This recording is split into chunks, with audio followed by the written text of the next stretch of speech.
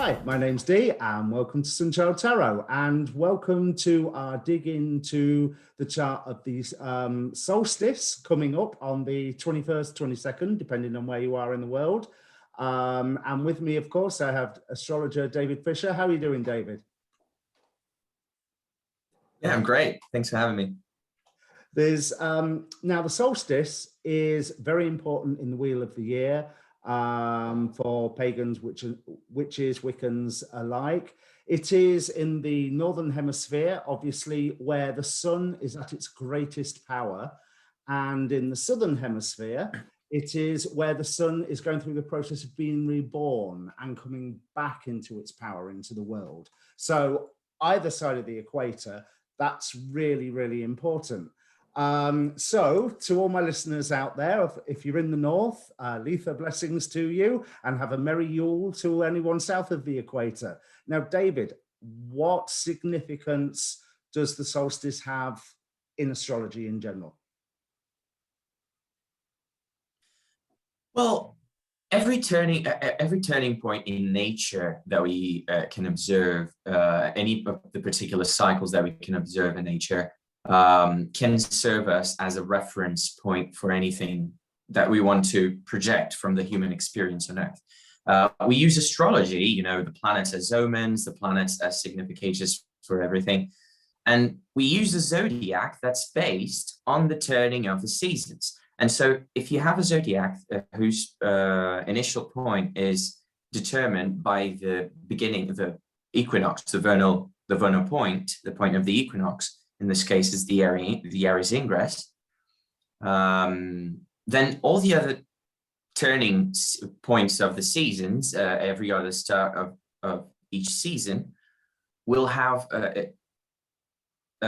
significance as well, like a pivot point in that cycle that started in the vernal equinox.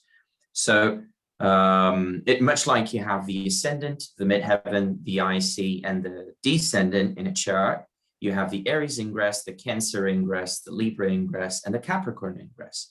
All of those are going to mark the beginning of each season, and we are going to have an important analysis to make from that chart of the ingress about that season in particular. And they can relate back to the Aries ingress chart as well. That's what I was going to say. For the Aries ingress, or for spring equinox here, autumn equinox for you, we have, that's a chart where you look at the flavor of the entire 12 months. Could you do that with each solstice and equinox, each wheel point? Or are we looking more at just a 3-month, see how the next 3 months are going? Say you could look at each of them in a solar cycle, through a solar cycle perspective, from one solstice to the next, from one equinox to the next.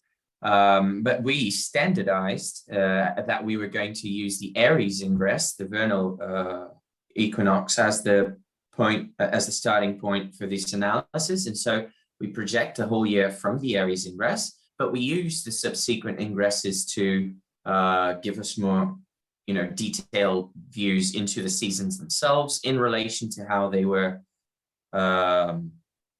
disposed in the initial chart, in the Aries ingress chart.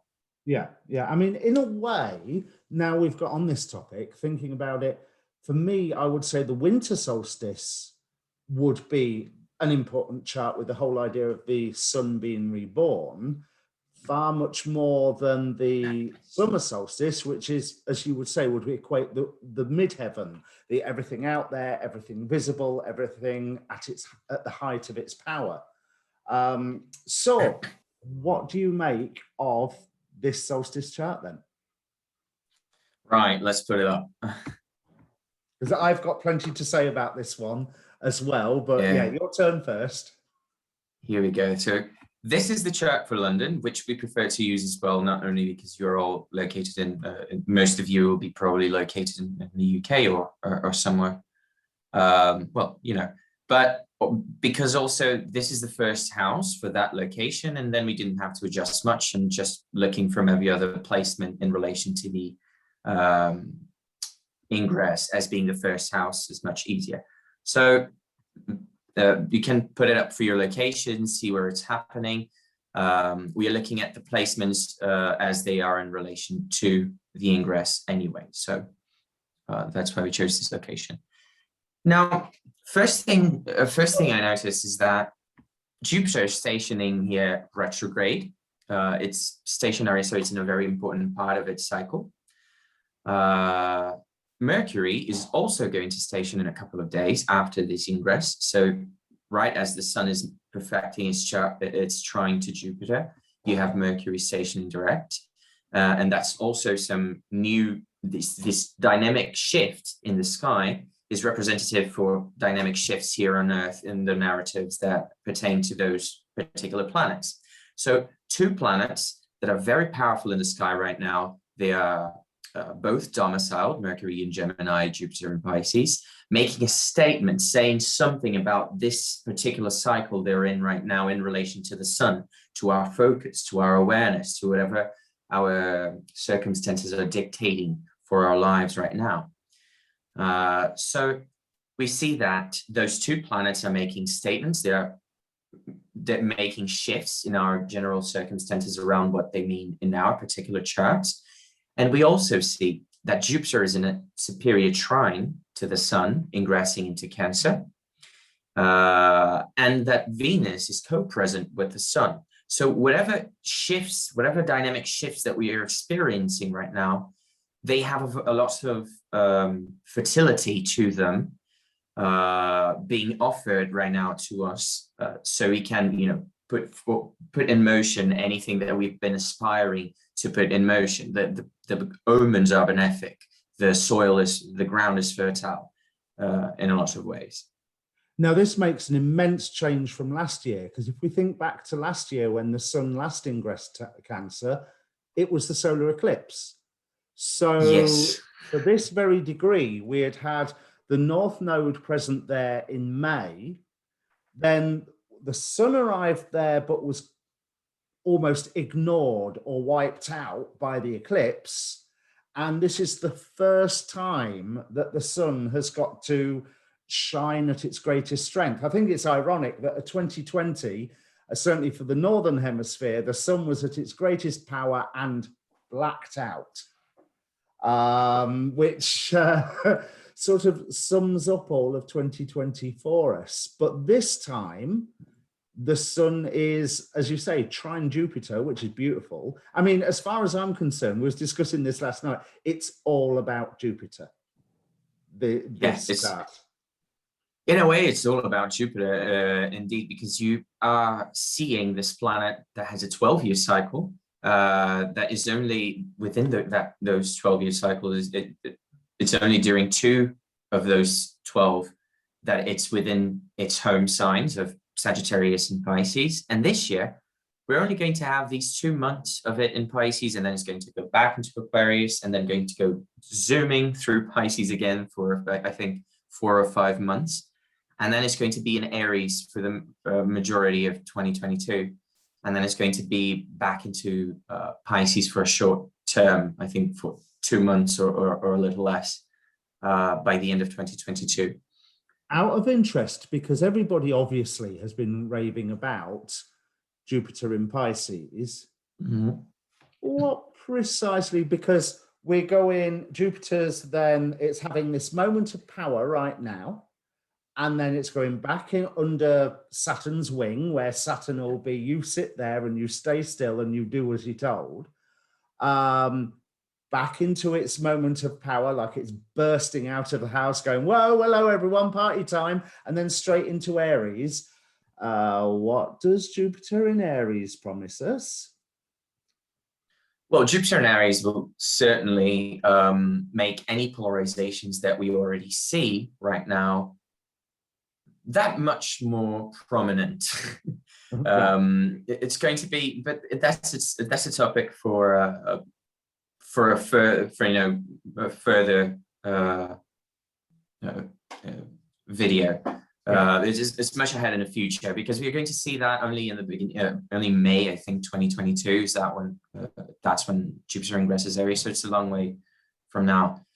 But here with the Jupiter in Pisces, that people are like, yeah, we're going to party, we're going to do, and that's not exactly it. We are actually just getting reacquainted with some of the more internal characteristics of Jupiter. So being reacquainted with why you believe in things as you believe.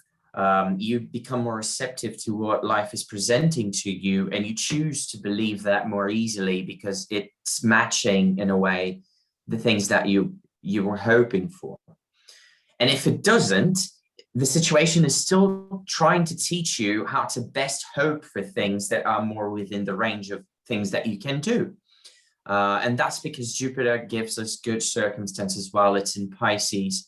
Well, not everyone's going to be able to see them that way, and people sometimes run away from things that they see as good for them, and they don't trust their own instincts. If you don't have a good relationship with your Pisces house, then that's going to be a little tougher for you to trust that life is giving you some green lights, even though it seems like a frustration. If you just persevere, it's going to be different than it was before. That's the narrative of Jupiter and Pisces, in a way. You're getting reacquainted with the feeling of things in a new way, in a new perspective that makes you more motivated. So it's as you was talking about why we believe what we believe, is it that, I mean, Jupiter's nature is to expand things. On one level, you could hear that as a way of people of doubling down on their beliefs. Do you think, I mean, for me, with that trine to the sun, with it being eclipsed last time, and the trine on this chart, it's a 2-degree orb. And I remember, I think it was Kelly Surtees saying that 2-degree orb is the bit where aspects become really active. So with that 2-degree orb, is it going to be that doubling down, or is that new light of the sun going to be showing, here's how your beliefs match up with reality? Because we've got that. Yes, in a way. It's a very fertile energy, but you have to understand that this requires action. You have to, with this Mercury in Gemini, you have to take the action. The masculine side of your personality has to take over and propel you to match your ideals with reality, so you can better shape your focuses. So if you're focusing on building a company, for example, you have to, with the sun in Cancer, for example, research your market, research the people that you're trying to reach, research the prices that you're going to charge for your services, and these things that you're going to do. Why am I talking about this? Because the moon is about multiplicity. The sign of the moon is about multiplicity. If the focus of your consciousness, the sun, is very fertile in the sign of multiplicity right now, and that's what's being favored, what's being told to you basically is, go and try out the things that you feel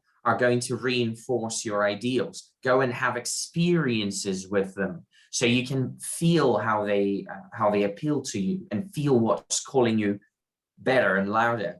You know, Mars is going to be a factor that we're going to come into in a few moments, but where we are going to talk about its opposition to Saturn and other things. It's going to be trying to make you over-focus on things that are not yet, stable enough for you to over-focus on them. Things that are just meant to inspire you in a way. So yeah, that's basically what I was going to do. You want to say something? Yeah, well, I did, and then it went clean out my head. But I think it was along the lines of, so what you're saying, it's less that doubling down aspect, but a bit more of, okay, we're not looking for confirmation bias. Go and try it. See how it feels. Go and try it. The thing about the aspect is that, sorry, I forgot to mention that, but the thing, when Kelly Surtees talks about the 2-degree orb, each astrologer knows how to apply their own, orbs to their practice in order to see what they are trying to see. But when you're talking to, and she's right, but when you're talking about like the Hellenistic concepts, there is a concept called adherence, which is when a conjunction or a determined aspect is the strongest. No, I think the adherence, the adherence is actually just for the conjunction. The engagement here is the term that I was looking for. For the luminaries, the engagement range, which means the orb of application of the aspect, is a little wider. For the moon, is at 13 degrees because it's her daily pace. For the sun, it's about, I give it 8 degrees, which is the range of combustion. Generally, some people give the 15 degrees of the under the beams range. I prefer the 8 degrees range. But in this case, the sun and Jupiter are in the range of 3 degrees of application of the aspect, where it's as its peak, as it is at its strongest. You would expect certain exact images. So, for example, if you're talking about the sun and Jupiter combined, and they are both in fertile signs, water signs, we're probably talking about new perspectives that allow multiplicities of things to come out of them. So new governments. Oh, we are seeing this thing in Israel right now, for example, where they just had a shift of government. So we had a solar eclipse happening while that shift was happening in Gemini, and now that the sun ingresses into Cancer, perhaps these new governments that are being installed will come up with their propaganda, will come up with their schedules to really tell people what they're here for and what they're going to do. And people are going to be able to see all of this through a new light, to see all the new possibilities and to react to it as they wish, to either, go against it or in favor of it. But you're going to see a whole new scenario being created out of this because the circumstances have shifted and we are being made aware of it in a more positive way, more positive light. They're trying to frame it in a more positive light for the local people, for example. This is just an archetypal description of something that is going on right now, so you can understand and better apply it to your personal life and chart. Now, of course, Mars will apply into that, and I've got some things I want to say about that later. But before we get there, under that definition of engagement that you said, because I was reluctant to call it a grand trine. It's a grand trine by sign, at least, between Sun, Moon, and Jupiter. The trine involving the Moon to either of them is 7, nearly 8 degrees orb, which is still in your terms of engagement. Yes, but that's for application. When you're talking about separation, then the thing changes, because separation, the energy, it's not like when it's building up that you can see the thing coming for a long time and then it's here in the climax when it perfects. As soon as it clears a 2 to 3 degree range of application, if you're not talking about a natal chart, the effects are not that strong. They're not that strongly felt. They are still going to be pretty much there because, as you said, this is a grand water trine by sign involving Jupiter, Venus, the Sun, and the Moon, which are not doing badly in the water triplicity. Particularly, they are planets that like that fertility. Not the Sun particularly, but the Venus, the Moon, and Jupiter. They are planets that really like being where they are, right, in water signs. Not in Scorpio for the Moon, but water. Yeah, well, I would like to personally put a little more emphasis on the Moon because it is almost perfectly parallel to Jupiter by 26 minutes at the point of the ingress.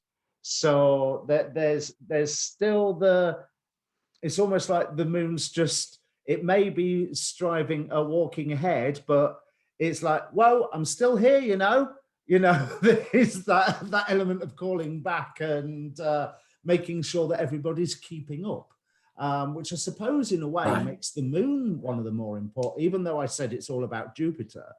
The Moon is very important since obviously it's ruling the sign of the Sun at the moment, and so well connected with Jupiter. The Moon's surely got quite a lot to say here. It's interesting that we have this first. Yes, it's good that you mentioned that because it's interesting, and I think it's going to be a good segue to talking about Mars in a moment. But the Moon, by ruling the sign of the Sun and by being parallel to Jupiter, it has a lot of importance in how we are going to perceive, obviously, everything that's going around. And the fact that it's in Scorpio, it's full, tells us that this whole dynamic shift of perspective that we are going through is being motivated by the need for individuation from situations that we are fed up with, basically. So we have been discussing this in the past few lunations of how we are in this process of individuation, because, you know, we just had this huge thing happening globally where everything had to reshape the reality dramatically. There's not one person alive that didn't have their whole lives affected completely by this, unless they were very rich. In this case, they just continued their own routines, you know, frowning a little bit more than they used to.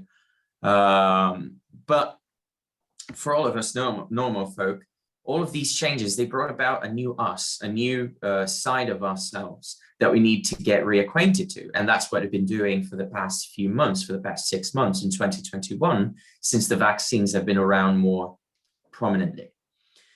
So now, with the moon being in Scorpio as an omen for this Cancer ingress, we have the opportunity from the circumstances to experience life through this new person that we became.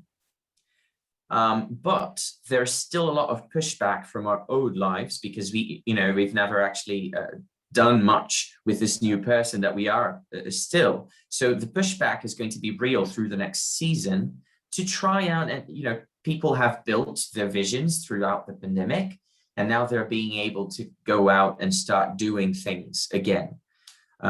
These pushbacks are going to be more prominent during this semester, during this trimester.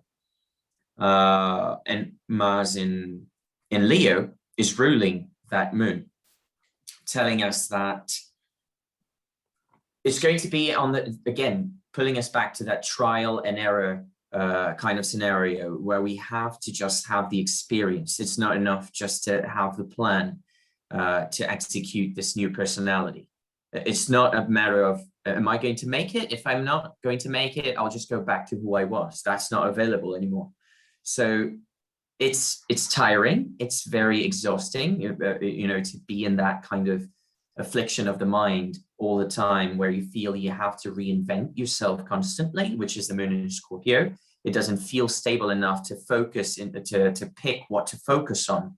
It just feels like it needs to guarantee its basic needs in a fight, so it can keep going, so it can survive. And the Mars being superior to it. Now we can. Do you want to say something about the moon? Do you want to ask anything else about the moon? And I really want to crack on with Mars, but you've just given me the perfect point to say something more about Jupiter before we move on to Mars. Right. Although I've just noticed that wonderful circular relationship of Mars ruling the moon ruling the sun ruling Mars. So there's a wonderful little circuit there. But first, going back to Jupiter, on the basis of what you've just said about the striving for new identities or working for new identities, very much Jupiter making things bigger is bringing, in that trine, is activating that sun, that sense of identity, which before last year was eclipsed. But also there's been Jupiter where it is, as it's now turned retrograde. It has just come through recently and I know you'll balk at this because it's not a Hellenistic aspect, but it's important with looking at the angels here.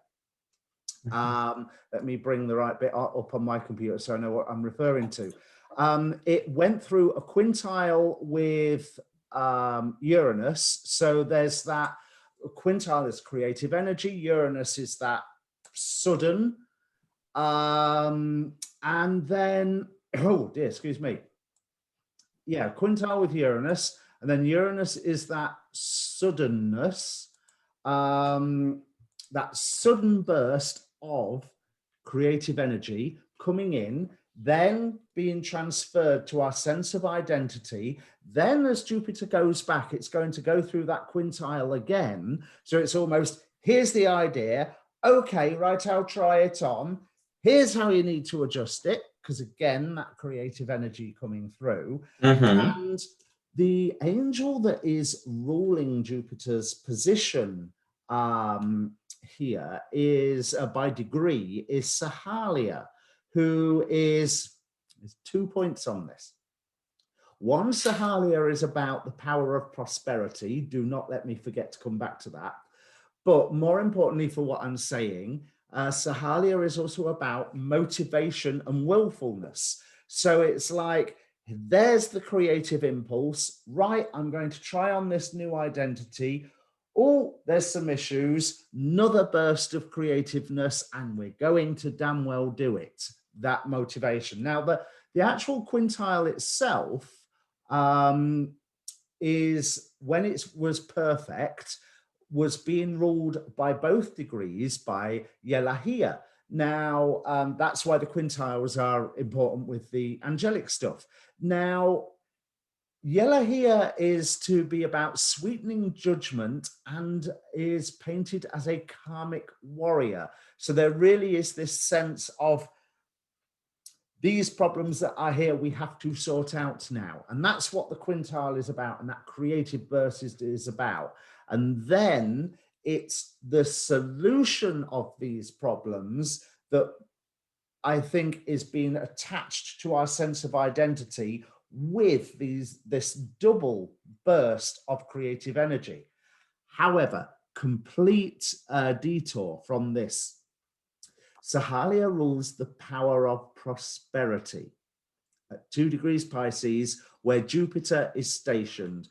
At its slowest, Jupiter is big. Jupiter is a big planet. It's the king of the gods. It's a lot of power. It makes things bigger. It's being amplified or controlled, or is amplifying the power of Sahalia with the power of prosperity. And here in the UK, and I think in the US as well, it's Amazon Prime Day. Now, if you don't know what Amazon Prime Day is, obviously you'll know what Amazon Prime is. It's a subscription service. And Amazon Prime Day, which is actually 2 days, is 2 days of sales that only Amazon Prime members can get. I wonder why on earth they would have chosen this day for their massive annual sale. I mean, I can't see it. What do you think? Well, I think Jeff Bezos has astrologers. I think that's what it is, really. It really does imply that, doesn't it? It implies it is, yes. It is left to the imagination. I mean, from my point of view, whether you're a detective or whether you're into any of the various woo-woo arts, and I think astrologers would agree with this as well, there is no such thing as coincidence. Yeah, well, this is things that were popping up in my head while you were talking about this was that with this quintile of Uranus and Jupiter, mind you, Uranus has an 8-year transit through Taurus, and the last time it did this was during World War II, where the world radically changed the way it viewed its relationship with food, borders, immigration, everything changed. We had the United Nations coming out of that. We had everything in the structure of how we deal with everything and globally, coming to the current structure that we know today that now is being reshaped once more. And that being related to Jupiter in the way that you were saying, really speaks to the interpretation that we were talking about of now you are not being asked to focus in one particular thing, but you're being asked to try and go after your goals, your everything you're desiring, so you can have the experience of going after it. So you can let those experiences really shape your personality, really shape your sense of identity, because then you can embody the things that you wish for. When you're going after them, when you fight for what you wish for, when you pursue those dreams and the circumstances are favoring it, they are calling out for you to go and do that, and you should. You reshape your sense of identity, and you then become capable of embodying that thing that you're fighting for and that you're seeking. And The with thing that is, world event, as you were saying, with the virus and everything, we are all being called to be in that position, whether it's as a nation or as a person. Yes. And in this particular season of these crazy times that we are living, of Saturn and Aquarius, because Saturn in Aquarius is he's the slowest of the visible planets. So he's talking about things that are more generational, like Uranus, which is square right now to Saturn as we're speaking, and that's going to last the whole year.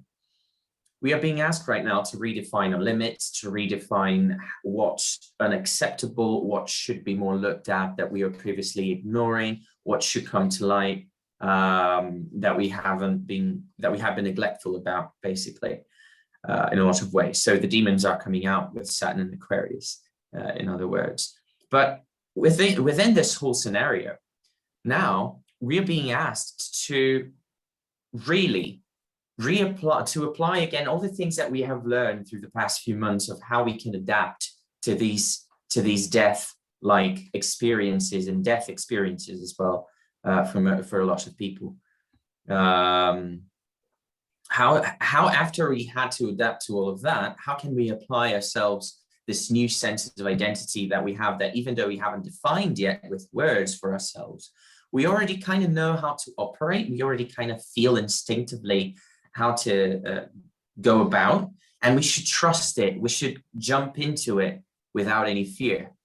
Now, to personalize that a little more, because each of you are probably going to have, listening to this, an idea of how that's affecting you already. But if you don't know how to listen to your intuition that well, and you would like us to enlighten how that could be affecting you more personally, you would have to know a bit of the basics of astrology, at least to identify the houses and sign symbols. There are many websites that will teach you how to do that, free content. So you just go and look for it, astro.com, Cafe Astrology. There are some free resources that will teach you at least the basics. AstroSeek, that will teach you at least the basics of how to look at a wheel and identify these components. So you should just identify which houses of your chart have Cancer in them, and Pisces, and Leo, if you like, as well, for a margin, to look at it through a margin perspective, because it's also a house that's going to have to do with it, because it's ruled by the sun in Cancer through this whole process. So, but we'll get to Mars in a bit, because there's more to say about it. It's also involved in this dynamic with Saturn. So now we are being offered the opportunity to really get reacquainted with ourselves, naming this process that we've been through, going through these experiences with our new identity, with our new sense of self, fearlessly. And you should look at the houses where those planets fall, where those signs fall in, and where those planets are transiting, to get a more personalized view on which areas of your life are being changed by that. So, for example, if you had Cancer in the 10th house, if you're a Libra rising, you might want to do something totally new in your career, and you're a bit afraid of putting some things from your routine in jeopardy, to lose some things that you're already stable with. But life is perhaps asking you to go for it, to just launch yourself fearlessly into this new endeavor that you're planning and that you're trying to have experiences with, because it's going to give you that sense of identity that you're looking for, and that's going to really shape your 10th house more so than any plan that you might have conceived up until now. It's the experience that you're about to have. So go ahead. That's the advice that I would give for someone with that in the career sector, for instance. So look at the houses in your chart and check what they mean for more information. For instance, I'm Cancer rising.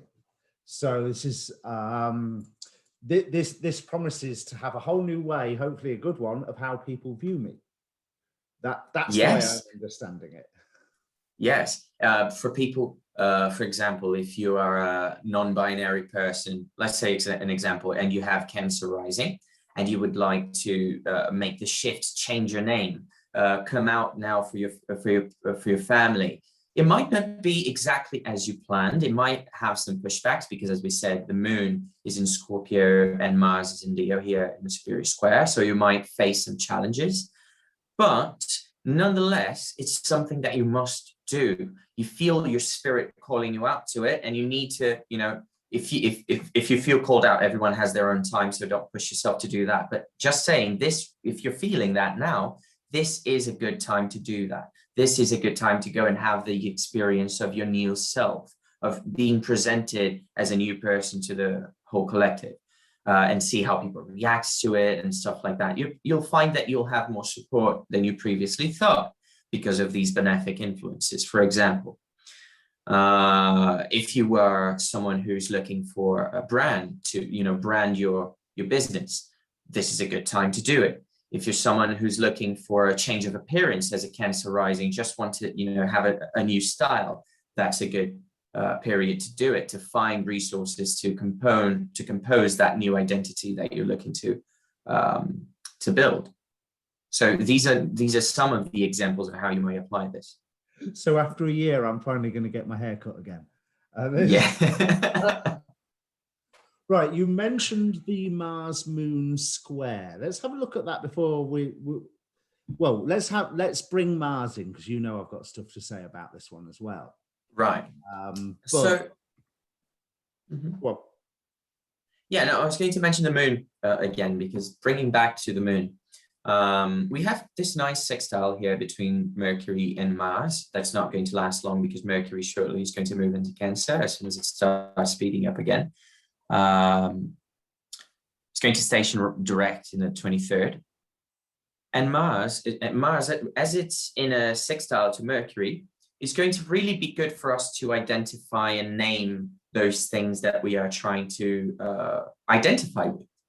So let's say if you're planning to, you know, repage your whole presentation socially, your whole visual presentation, you might want to go and shop for new clothes. You might want to go and go looking in the internet for new styles. You're probably going to come across through the algorithm, through circumstance.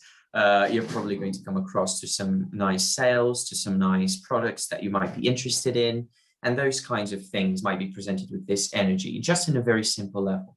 You might even apply that again to the houses where these planets fall in your chart to see how to best use these energies combined. But apart from that, and this is the good thing, this is the good part of it. But apart from that, Mars is actually causing a bit of trouble here, and it's going to be something that we all need to focus or conscious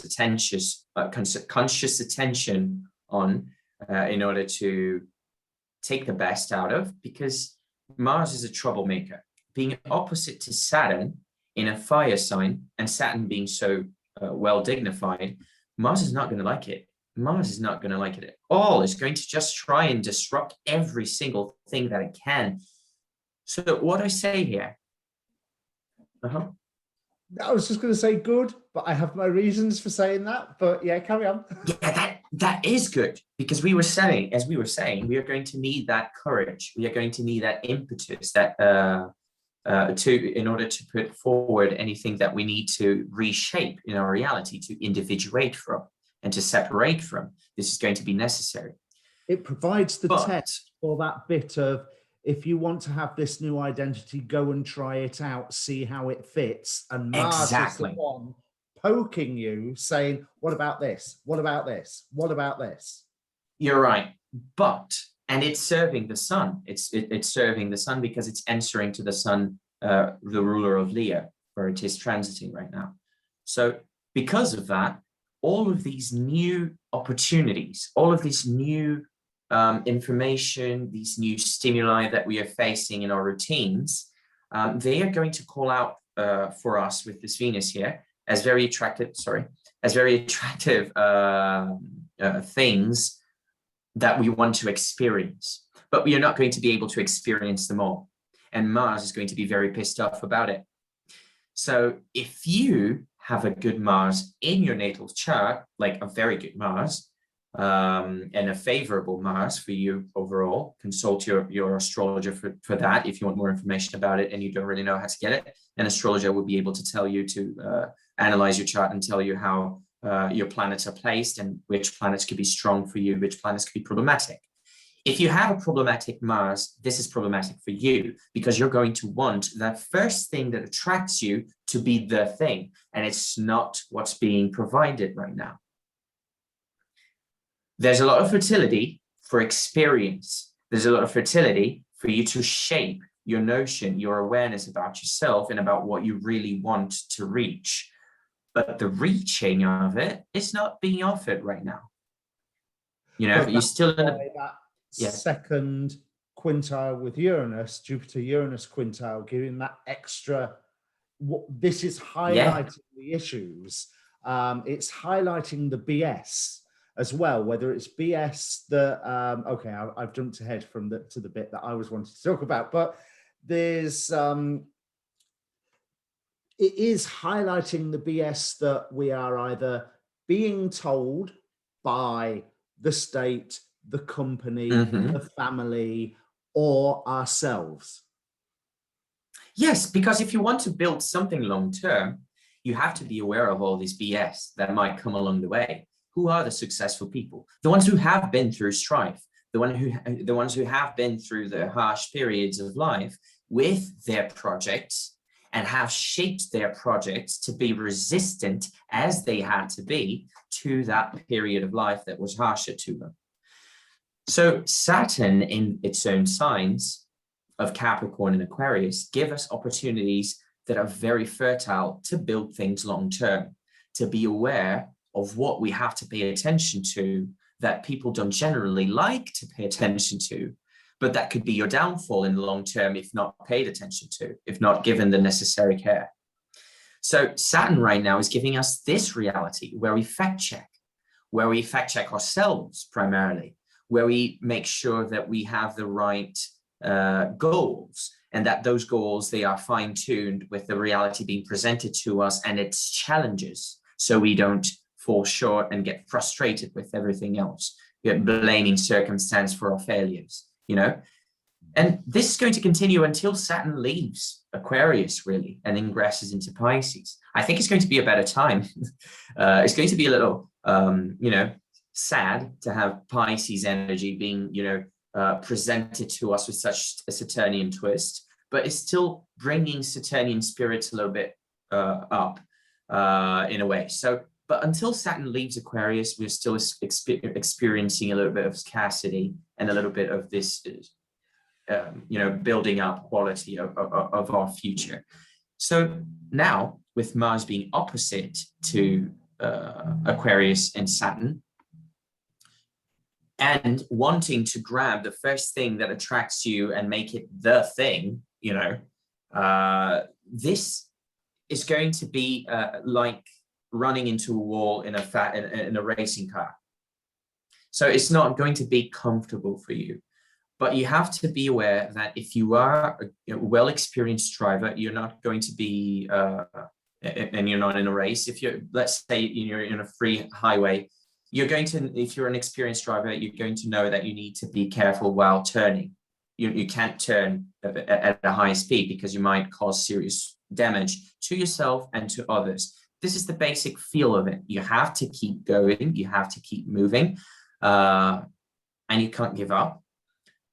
But there are some turns in the way that you're going to be have to be very careful about. And there are things that you might want to let go of, even though they were very attractive. You know, you feel that they are not what you are supposed to invest in fully, or they are not the thing that you were looking for, and you have to let them go.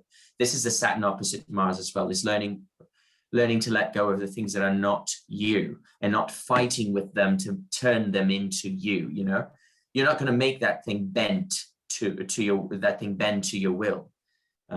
So you might as well just let it go and try another path. And that's the opportunity that's going to be most favorable to you right now, to gain experience and find the right path eventually. Now, I want to expand on that, and I do see an element of trial and error, and a number of times where we will be if I was to put it tactfully, given the opportunity to fall flat on our face in this process. Now, I'm going to shift my attention I'm staying with Mars, but I'm shifting my attention from Saturn now to Neptune. So it is 2 degrees orb, sesquiquadrate to Neptune, Mars is. Now, Mars here is powerful. Certainly in my terms, as Mars is in the decan of the mighty King Beleth, of the Goetic spirits. It is being ruled by the sun, which is Beleth's planet. So there's that extra sense, certainly by day, of mysticism. Now, Mars Mars trioctile Neptune, can't say it all of a sudden. It's natally, it's I found that it's saying that this aspect is great for mysticism, and of course I stopped reading there because I'm just like, yeah, okay, I'm happy. But it reinforces imagination and fantasy, which the native often prefer to reality. Now, we've got quite a bit of that about at the moment, and I think that there's, like you were saying, with new governments in Israel, they are going to be putting their proposals forward, and it's a government. I'm not making any statement about this particular government, but you know that their proposals are going to be half good, half propaganda, because it's a political operation. That's, of course, what's going to happen. Now, going back to the natal interpretation of this, their practical approach to life is also greatly suppressed. They often combine feverish activities in order to promote themselves through illusions of their unrealistic ideas and fantasies, and these people are often chaotic. Now, as a transit aspect, you can see that chaos, but if it is serving the sun and it is serving this new sense of identity, it's highlighting where these feverish ideals and illusions are, and giving the gift to the people that are using these to fall flat on their faces. And again, like we were saying earlier, giving people the tension and the reason and the ability to see through the BS. I can see why they are doing this. I may still agree with what they are doing, but I can see why they are doing this, and it's not the reason that they say it is. And you're either okay with that or you're not, and you can see why yourself is doing things. Now, on the terms of that tension from the sesquiquadrate, it's not such a great tension as a square, obviously, but going with what you were saying about Saturn, 2 degrees orb, Sun sesquiquadrate Saturn as well in this chart. So again, there's this constant challenge to, like the Mars poking, there's this challenge to this, oh, you've got a new identity, have you? Really? Let's see how this works. Let's see, how does this really fit? How does it really work? This is really promising, and this is one of the best scenarios that we can expect, because this is highlighting everything that we don't need, and this is giving us the necessary impulse and fertility of circumstance to actually get to where we want to find a path that is compatible to what we want to. So if you are someone who gives up at the slightest sign of tension or at the slightest sign of repression, this is not for you, and you are going to fall flat on your face, and you are going to be sad for the rest of the year and for the rest of your life, probably, because, you know, life's like that. It has to, I'm not saying that for everyone. It's just, you know, you have to motivate yourself at times, even through adversity, and sometimes you might get there, you know. In this case, you are going to experience adversity, and you are not going to win at first. But if you are someone who listens to the omens, you might know that the omens right now are very positive for, you know, long-term projects. And no matter how many times you fail this year, in a few months' time, this is going to flourish into something very, very good for you. You know, it's going to take you to that path if you are resilient. If not, then, you know, there's always the other option of conforming It's a it's a clearing of the way. Now, the reason that I say this is, again, it's all based on that Mars being ruled by Beleth, being ruled by the sun that is Beleth's planet. Now, you're not going to find this in the Lamudgeton, but my own personal gnosis of Beleth, thanks to whom this channel would not even exist if it wasn't for Beleth. But one of Beleth's things is, it was shown to me with the image of removing things from the timeline as if they'd never been. Now, that's not necessarily a practical thing, but that's a symbol which goes to show with that karmic warrior aspect of Yelahia with those Jupiter-Uranus quintiles, of solving problems for good, so that they are now, they're not removed out of history, but they are removed out of the timeline now because they are sorted. So we are getting rid of obstacles or clearing space for this new identity, for the everything that Jupiter's bringing to the sun. So that when Jupiter's in Pisces next time, we don't have to deal with, hopefully, half the obstacles. We may have to deal with completely new obstacles. Yes. We don't have to deal with self-generated ones that we, or self-allowed ones that we have left there untended and we are weeding our gardens right here. Yes, you're absolutely right. I think that this dance of Jupiter in Pisces is very interesting because you see it goes into Pisces and then it retrogrades into Aquarius for a few more months.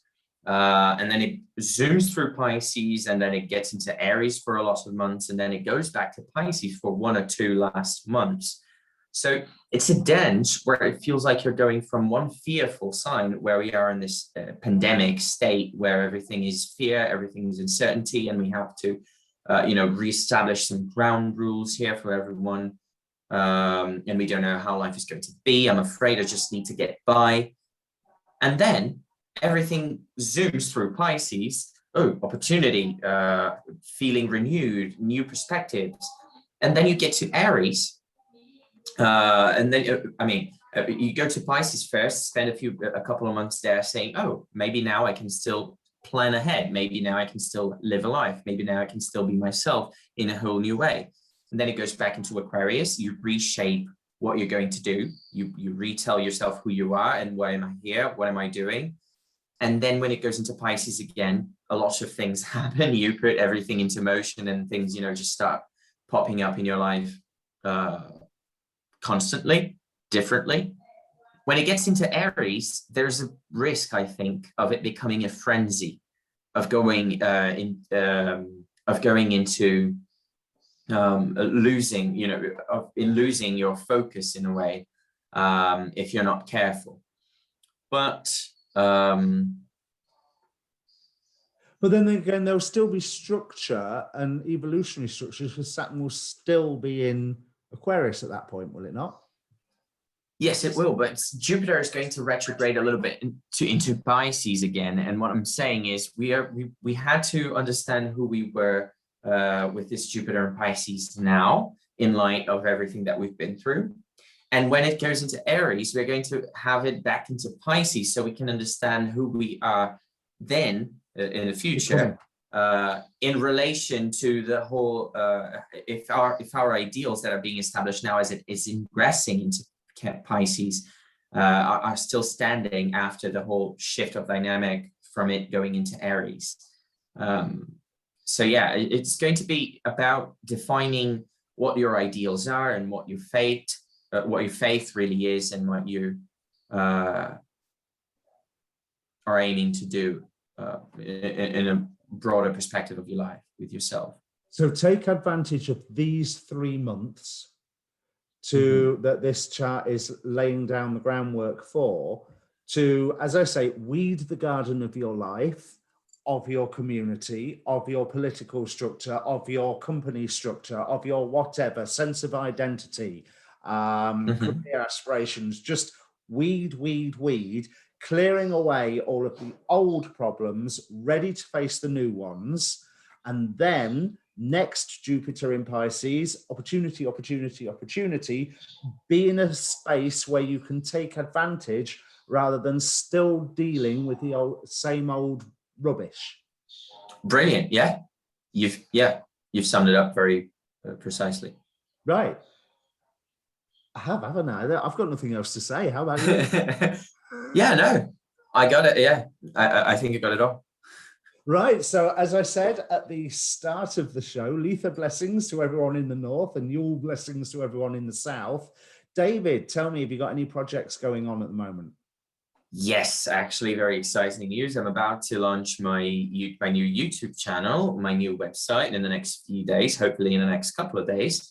So probably if you're watching this somewhere after the solstice, I might already have launched my channel and my YouTube and my website and stuff. And Dee's probably going to share that in his social media. We're going to share this in the next few videos that we're going to do together as well. So stay tuned for that. When you send me the link, yes. Yeah, but for now, you can access me. You can reach me on my Instagram page, which is the only one that's already up. And it's called In the First Place Astrology. That's brilliant. So that's the renaming of the one before, yeah?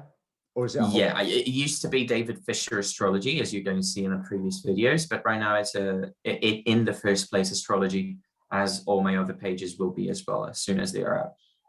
That's brilliant. So if you want to contact David for a reading, again, through his Instagram that he just said, or contact me through the Facebook page link down there. There's a link tree down there, so you can email me, but Facebook's the best one. And it's not often I will say that because I'm not a big fan of Facebook, but it's just really useful to have this one dedicated inbox. And there will be more readings coming out from me this month, as and when. You can approach me for a personal reading as well. But in the meantime, have a fantastic solstice, whether your sun is at the height of its power or whether it is being reborn into the new world. I mean, in a way, I really like this as a winter solstice chart with everything that we were saying. But I love that whole duality of the greatest power and rebirth all at the same time, because I'm expecting big things from the world, and I'm hoping, against all hope, that this is positive. And I think this is one of the most positive charts that we've looked at this year, isn't it? Yeah, it actually is. I really like this chart. It's very promising. Okay, so good luck, everybody. And like I say, weed the garden of your life and everything else that needs weeding. And we will see you later. See you later.